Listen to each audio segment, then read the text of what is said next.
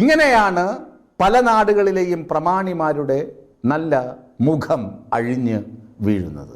ഇനിയെങ്കിലും ഇതിൻ്റെ ഉദാത്തമായ അല്ലെങ്കിൽ ഉത്തമമായ മാതൃകയാകാൻ ഈ വലിയ കുടുംബം ശ്രദ്ധിക്കണം. നാട്ടുനടപ്പനുസരിച്ച് നാട്ടിലെ പ്രമാണിമാർ എന്ത് ചെയ്താലും ഓ തമ്പ്ര എന്ന് വിളിക്കുന്ന ശീലം നമ്മുടെ നാട്ടിൽ ഇതുവരെ മാറിയിട്ടില്ല. അത് നാട്ടു നടപ്പാണ്.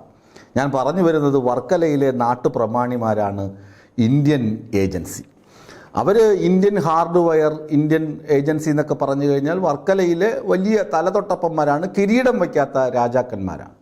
അവർക്ക് ഇവിടെ കുറേയധികം സ്ഥാപനങ്ങളുണ്ട്. അത് വലിയ വലിയ സ്ഥാപനങ്ങളാണ്. തീരദേശത്ത് ബീച്ചിലൊക്കെ പോയി കഴിഞ്ഞാൽ അവരുടെ പ്രോപ്പർട്ടിയാണ്.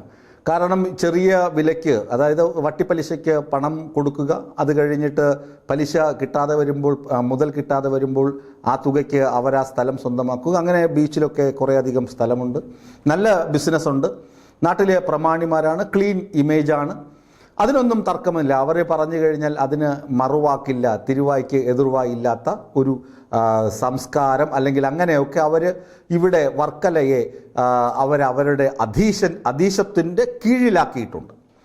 അങ്ങനെ ഇരിക്കുമ്പോഴാണ് കഴിഞ്ഞ ദിവസങ്ങളിൽ ഇവിടെ നിർമ്മാണ പ്രവർത്തനങ്ങൾക്കൊക്കെ ഒരു സ്തംഭനം വന്നിരിക്കുന്നു. വർക്കല ടൂറിസം മേഖലയിലാകട്ടെ, മറ്റ് വീട് നിർമ്മിക്കുന്നവരാകട്ടെ, ഒരു സ്തംഭനം വന്നിരിക്കുന്നു. അവരൊക്കെ പലരും വേവലാതിപ്പെട്ട് ഓടുകയാണ്. എന്താണ്?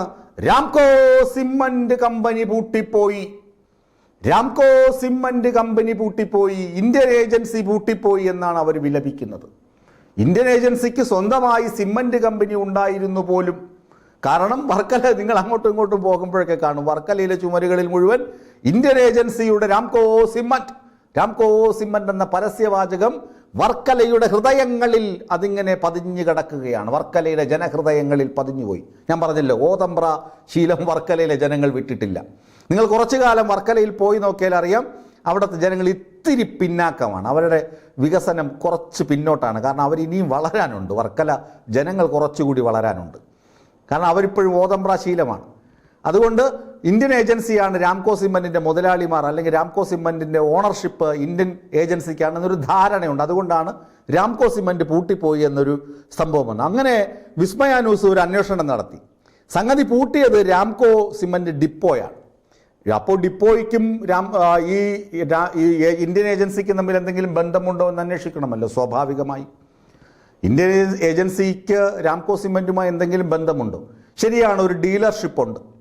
രാംകോ സിമന്റിന്റെ ഡീലർഷിപ്പ്, ACC സിമന്റിന്റെ ഡീലർഷിപ്പ്, ശങ്കർ സിമന്റിന്റെ ഡീലർഷിപ്പൊക്കെ ആർക്കുണ്ട്? ഇന്ത്യൻ ഏജൻസിക്കുണ്ട്. ഞാൻ പറഞ്ഞില്ലേ, കിരീടം വയ്ക്കാത്ത രാജാക്കന്മാരാണ് അവർ. വലിയ പ്രമാണിമാരാണ്, വലിയ ബിസിനസ്സുകാരാണ്. അതിലൊന്നും ഒരു തർക്കവുമില്ല. തിരുവായ്ക്ക് എതിർവായില്ല. അവർക്ക് എന്താണ്? അവർക്ക് ക്ലീൻ ഇമേജുള്ള ബിസിനസ് കുടുംബമാണ് ഇവർ. ആര്? ഇന്ത്യൻ ഏജൻസിക്കാർ, ഇന്ത്യൻ ഹാർഡ്വെയർക്കാർ. നന്മയുള്ള മനുഷ്യരാണ്, നന്മയുള്ളവരാണ്. അവർക്ക് യാതൊരു കുഴപ്പവുമില്ല. അവരുടേതാണ് ഈ രാംകോ സിമന്റിൻ്റെ ഏജൻസി. പക്ഷേ ഡിപ്പോ പൂട്ടിപ്പോയി. എന്തുകൊണ്ടാണ്?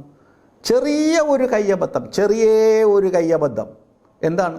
50 ലക്ഷത്തിൻ്റെ തിരിമറി, 1/2 കോടി രൂപയുടെ ഒരു തിരിമറി. അതിനെക്കുറിച്ച് ഞാൻ വിളിച്ച് തിരക്കി. നമ്മുടെ ആഫീസിലെ സ്റ്റാഫിനെ വിട്ട് തിരക്കിച്ചു. അപ്പോൾ അവരുടെ ഉടമസ്ഥൻ തന്നെ ഫോണിൽ സംസാരിച്ചു. അത് ഞാൻ കേൾപ്പിക്കാം അവസാനം. അവർ പറഞ്ഞു, ആ ഡിപ്പോയിലിരിക്കുന്ന സ്റ്റാഫ്, ഡിപ്പോ നടത്തുന്നത് ഒരു വ്യക്തിയാണ്, അയാളുടെ പേരൊന്നും ഞാൻ പറയുന്നില്ല, പേരൊക്കെ ഫോൺ സംഭാഷണത്തിൽ നിങ്ങൾ തന്നെ കേൾക്കും.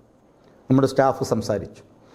അപ്പോൾ പറഞ്ഞു, അയാളുടെ ഒരു സ്റ്റാഫ് അവിടെ ഉണ്ടായിരുന്നു, അയാൾ അടിച്ച് പാമ്പായിട്ടിരുന്നിട്ട് കുറച്ച് സിമൻറ്റ് മറച്ച് വിറ്റു. എത്ര സിമൻറ്റ്? 1/2 കോടി രൂപയുടെ സിമൻറ്റ്. കുറച്ച് സിമൻറ്റ് 1/2 കോടി രൂപയുടെ സിമൻറ്റ് മറച്ച് വിറ്റു. കമ്പനി കണക്കെടുത്തു, 1/2 കോടിയുടെ ലോസ്, നഷ്ടം. ഡിപ്പോ അടച്ചുപൂട്ടി. ഇത്രയേ ഉള്ളൂ, സിമ്പിൾ. ക്ലീൻ ഇമേജുള്ള സ്ഥാപനം, ക്ലീൻ ഇമേജുള്ള നാട്ടുകാർ, ക്ലീൻ ഇമേജുള്ള മുതലാളിമാർ. എത്ര തിരിമറി? 1/2 കോടി രൂപയുടെ തിരിമറി. അങ്ങനെ ഡിപ്പോ പൂട്ടി. വർക്കലയിലെ നിർമ്മാണ പ്രവർത്തനങ്ങൾ സ്തംഭിച്ചു.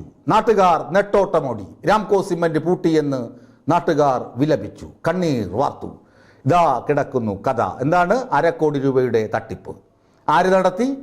ഡിപ്പോയിലെ ജീവനക്കാർ നടത്തിയെന്ന് ഡിപ്പോ ഉടമസ്ഥരായ ഇന്ത്യൻ ഏജൻസി പറയുന്നു. ആ ഫോൺ സംഭാഷണം നിങ്ങൾക്ക് കേൾക്കാം. രാംകോയിലുള്ള വർക്കലയിലുള്ള ഡീലർ ഞാനാണ്. ഞാനുണ്ട്, SKM ഉണ്ട്, പിന്നെ വേറെ രണ്ടുപേരുണ്ട്.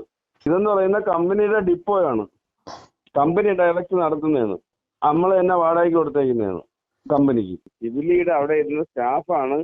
അവ വേറെ അവിടെ ശിബിലി അറിയാതെ എടുത്തു കൊടുത്തു. പക്ഷെ ഉത്തരം പറയേണ്ടത് ശിബിലിയാണ്. അപ്പൊ ശിബിലി അത് ക്ലിയർ ചെയ്ത് കൊടുക്കണം. അപ്പൊ ആ ചെറുക്കന്റെ വീട്ടുകാരെ കണ്ട കൊണ്ടുവന്ന് പൈസ കൊടുത്ത് അത് ക്ലിയർ ചെയ്തു. അവൻ അവിടെ ബോധമില്ലാതെ കുടിക്കാതെ ഇരുന്ന് ബില്ലടിക്കാതെ സാധനം വിട്ട് അങ്ങനെയാണ് സാധനം പോയേക്കുന്നതെന്നാണ് അവർ പറഞ്ഞേക്കുന്നത് ഇപ്പൊ. അപ്പൊ അവര് വന്ന് എണ്ണിയപ്പോ അത്രയും സാധനമില്ല, അതുകൊണ്ട് സിബിലിയുടെ അടുത്ത് ക്ലിയർ ചെയ്യണമെന്ന് പറഞ്ഞു. അപ്പൊ സിബിലി ഈ ചെറുക്കനുമായിട്ട് വീട്ടുകാരുമായിട്ട് സംസാരിച്ചപ്പോഴത്തെ ആ വീട്ടുകാരെ കണ്ട ബന്ധം പൈസ കൊടുത്തു. അപ്പൊ അത് പ്രശ്നം തീരുകയും ചെയ്ത് നമുക്ക് ഇന്നലെ തൊട്ട് സാധനം വരാം. നമ്മളിപ്പോ ഡയറക്റ്റ് സാധനം എടുത്തോണ്ട് വരികയാണ്. ഇവിടെ നിന്ന് ഡിപ്പോ ചെയ്ത് എടുക്കാത്തതുകൊണ്ട് നമ്മൾ കമ്പനി പോയി ഡയറക്റ്റ് എടുത്തോണ്ട് വരികയാണ്. അപ്പൊ ലോഡ് 600 ബാഗായിട്ട് എടുക്കണം. ഇവിടെ ഡിപ്പോ ഉണ്ടെങ്കിൽ 50 ബാഗായിട്ട് എടുക്കാം. ഫോണിൽ സംസാരിക്കുന്നത് ആരാണ്? ബോബി, ഇന്ത്യൻ ഏജൻസിയുടെ ഉടമ. കേട്ടുകഴിഞ്ഞല്ലോ, നിങ്ങൾക്ക് എല്ലാം മനസ്സിലായല്ലോ. ഇതിന് വിശദീകരണമൊന്നുമില്ല. ഈ ഫോൺ സംഭാഷണത്തിൽ നിന്ന് കാര്യങ്ങളൊക്കെ മനസ്സിലായി.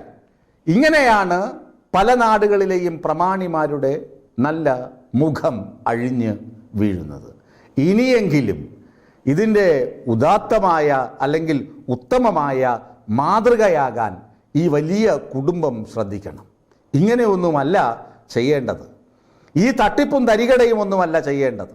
ഈ തട്ടിപ്പും തരികടയും ചെയ്യുന്ന ആളുകളെയൊക്കെ മാറ്റി നിർത്താനുള്ള മാന്യതയെങ്കിലും ഇവരൊക്കെ ചെയ്താൽ വളരെ നന്മയാകും ഈ നാടിനോട് ചെയ്യുന്നത് എന്നേ വിസ്മയ ന്യൂസിന് പറയാനുള്ളൂ.